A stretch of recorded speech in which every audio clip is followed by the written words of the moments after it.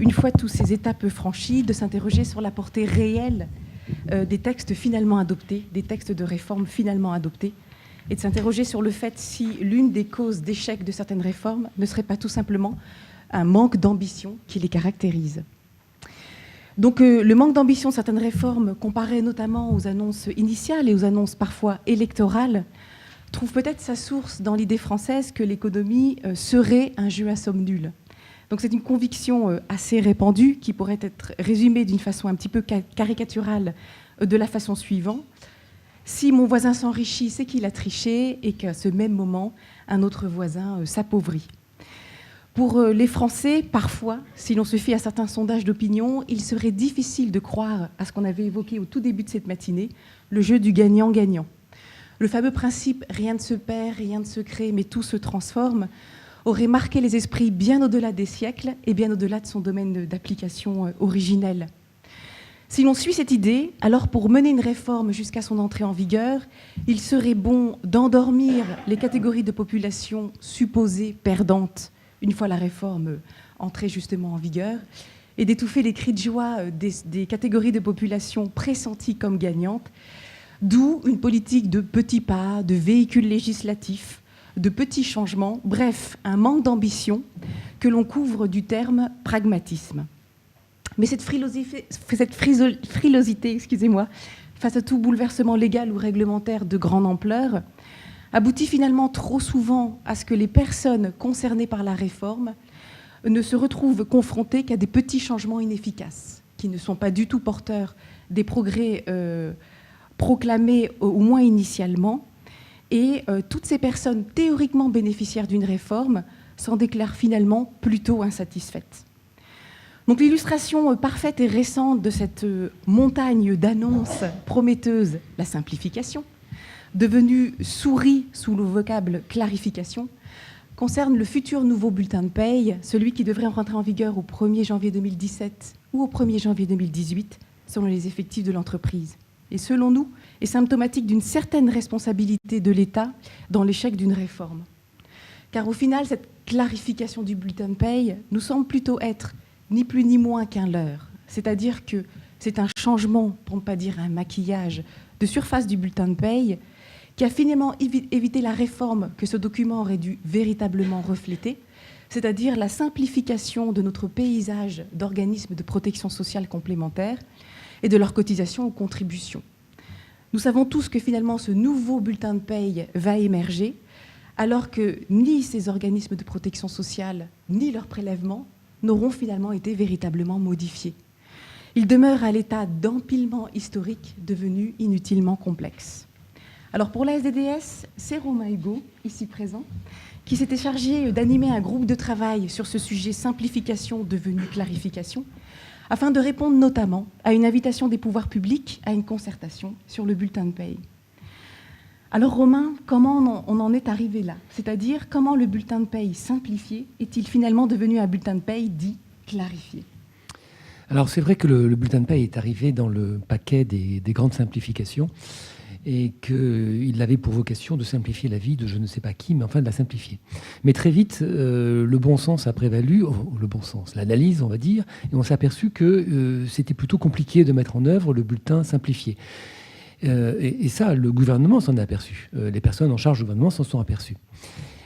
Parallèlement à ça, les éditeurs avaient pris une position, l'éditeur, c'est-à-dire SDDS, avait pris une position très tranchée en disant que la simplification ne pouvait pas se résumer en réduction du nombre de lignes, que la simplification, c'était la compréhension. Ce qui était compris était plus simple que ce qui n'était pas compris. Ce n'était pas le volume d'information qui était déterminant. Et donc, cette notion de lisibilité a pris le pas sur celle de simplification et finalement a sauvé la mise au pouvoir public, malheureusement, j'ai envie de dire, parce que finalement, ils ont continué sur ce bulletin de paye, et cette fois-ci clarifié, n'ont rien changé, ce qui finalement devient une réforme qui n'apporte pas grand-chose, voire même qui va non seulement ni simplifier ni rendre plus lisible, puisqu'il y a même une opacification du bulletin de paye, on a moins d'informations. Et donc, on est arrivé à cette notion de clarification qui finalement trompe un peu son destinataire. Mais qu'aurait-il fallu faire pour obtenir un véritable résultat de simplification ? Alors là, il fallait se tourner vers SDS, c'est évident. Alors pourquoi ? Parce que chez nous, chez les éditeurs, nous sommes des industriels. Et comme chez tous les industriels, qu'on fasse des logiciels ou qu'on fasse des voitures, on se pose à un moment la question, c'est pour qui ? La simplification pour qui ?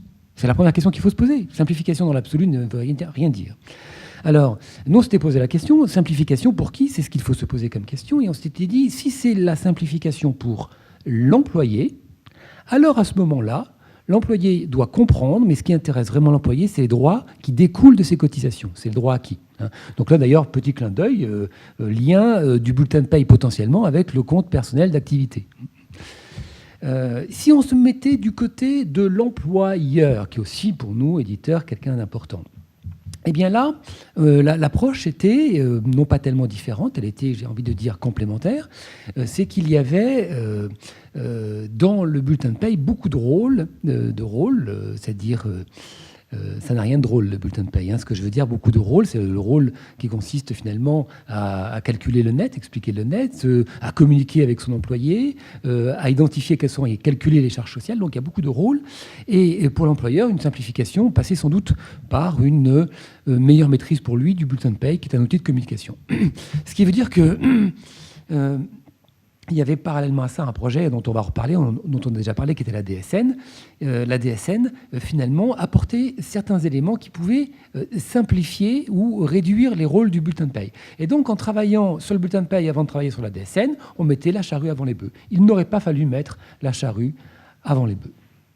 Et quand il y a un problème, je pense qu'il faut savoir s'arrêter et non pas continuer en essayant de maquiller et de faire comme si, finalement, c'était pas si mal que ça.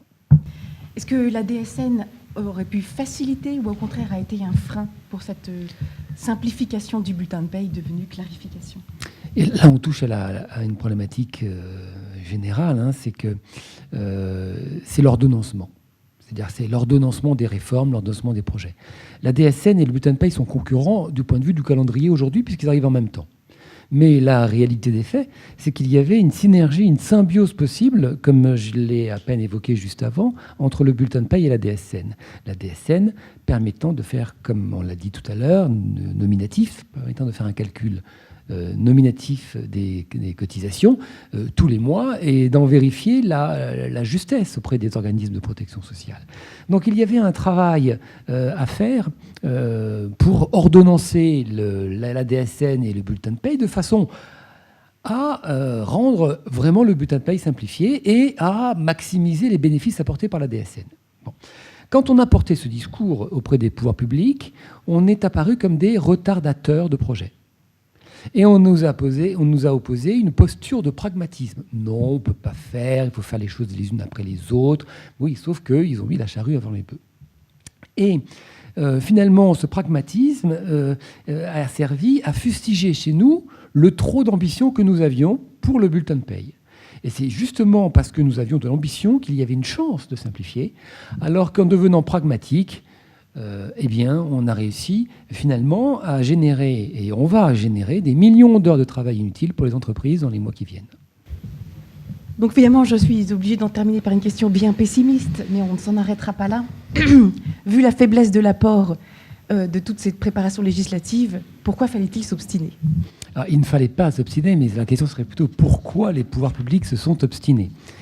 On touche là à ce qu'on appelle un paradoxe. On aime bien les paradoxes chez nous, mais c'est un paradoxe qui est un véritable cancer de nos réformes. Il est très difficile d'influencer quelqu'un qui n'a pas de conviction. C'est un paradoxe, mais c'est une grande vérité. Il est très difficile d'influencer quelqu'un qui n'a pas de conviction. Et en la matière, il n'y avait pas grande conviction sur le bulletin de paye. Alors que se passe-t-il quand... Alors c'est vrai qu'au tout début, on a eu un interlocuteur qui était un homme de conviction, mais il n'est pas resté très longtemps et c'est vraiment dommage parce qu'on avait vraiment bien commencé à travailler avec lui. Après, il a été remplacé, puis on a eu des personnes qui ne comprenaient pas de quoi on parlait, qui ne comprenaient pas pourquoi, en diminuant le nombre de lignes, ce n'était pas simplificateur. Alors, voilà, bon, je ne donnerai pas de nom, sauf peut-être la première personne qui était Thierry Mandon, qui était un homme de conviction, mais il a été remplacé malheureusement. Donc, quand vous n'avez pas des personnes de conviction en face de vous, eh bien, qu'est-ce qui fait bouger ces personnes ? Eh bien, ces personnes ne travaillent pas sur le fond, elles ne travaillent pas sur le bénéfice, puisqu'elles n'ont pas de conviction. Elles vont travailler sur le risque. c'est-à-dire les éventuels détracteurs, leur capacité de nuire, et donc elles ne vont pas être très objectives. Alors d'un côté, nous avions des acteurs dont nous faisions partie, qui étaient très concrets, très pratiques, très précis sur en quoi ce projet était une bêtise, avec un grand B, et de l'autre, on avait des gens qui ne parlaient absolument pas le même langage, parce qu'ils n'avaient pas de conviction. Et je crois que le problème, un des grands problèmes liés à la réforme en France, et peut-être un problème qui n'est pas d'ailleurs qui dépasse nos frontières, c'est le manque de conviction de nos hommes politiques.